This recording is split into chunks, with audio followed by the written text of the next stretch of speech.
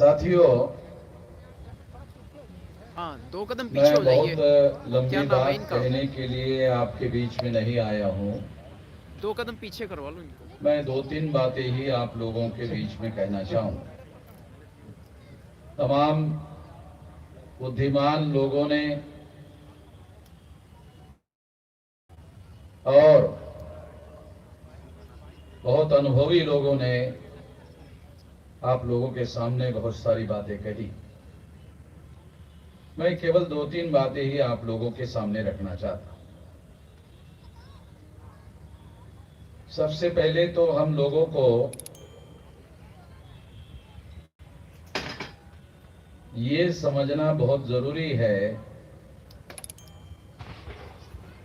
कि इस देश में आजादी के नाम पर जो आंदोलन चलाया गया, आजादी का अमृत महोत्सव इस देश में मनाया जा रहा है और हमारी महत्वपूर्ण समस्याओं का कोई समाधान नहीं हुआ।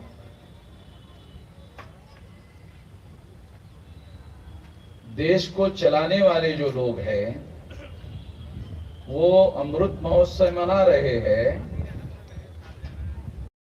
मगर हम लोगों को इसके बारे में सोचना चाहिए, विचार करना चाहिए कि आजादी को हासिल करके 75 साल हो गए, मगर हमारी सामाजिक, आर्थिक, राजनीतिक समस्याओं का कोई समाधान हुआ नहीं।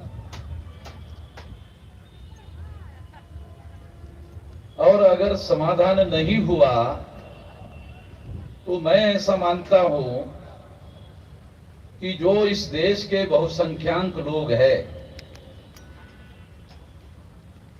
वो बहुत सालों तक कांग्रेस से उम्मीद लगाकर बैठे थे कि ये लोग हमारी समस्याओं का समाधान करेंगे, इसीलिए वर्षों से उनको वोट देते रहे। उनसे उनकी उम्मीदें पूरी नहीं हुई तो फिर उन लोगों ने बीजेपी का दामन पकड़ लिया और सेंट्रल में अभी बीजेपी की लगातार 8 साल से सरकार चल रही है और किसी समस्या का हमारा जो बहुसंख्यक समाज है उसका समाधान होता हुआ दिखाई नहीं दे रहा है। अगर होता तो फिर ये न्याय अधिकार सम्मेलन को करने की जरूरत नहीं। ये न्याय अधिकार सम्मेलन इसलिए आयोजित हुआ या किया गया तमाम संगठनों के लोगों ने क्योंकि ये उम्मीद उन लोगों से भी पूरी नहीं हुई। तो मैं इस संदर्भ में आप लोगों को बताना चाहता हूं कि जो लोग सदियों से इस देश में अन्याय करने वाली व्यवस्था को बनाकर चला रहे हैं, उन लोगों के द्वारा बनाए गए संगठन को हमारे लोगों ने साथ सहयोग दिया। शेड्यूल कास्ट के लगभग उस अन्याय करने वाले समाज ने 1703 टुकड़े किए।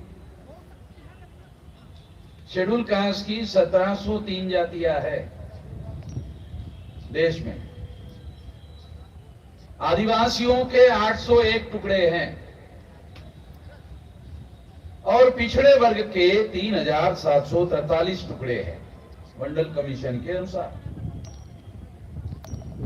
ये तीनों मिलाकर 6247 जाति के टुकड़े हैं। उन्हीं लोगों ने किए हजारों सालों से। हम लोगों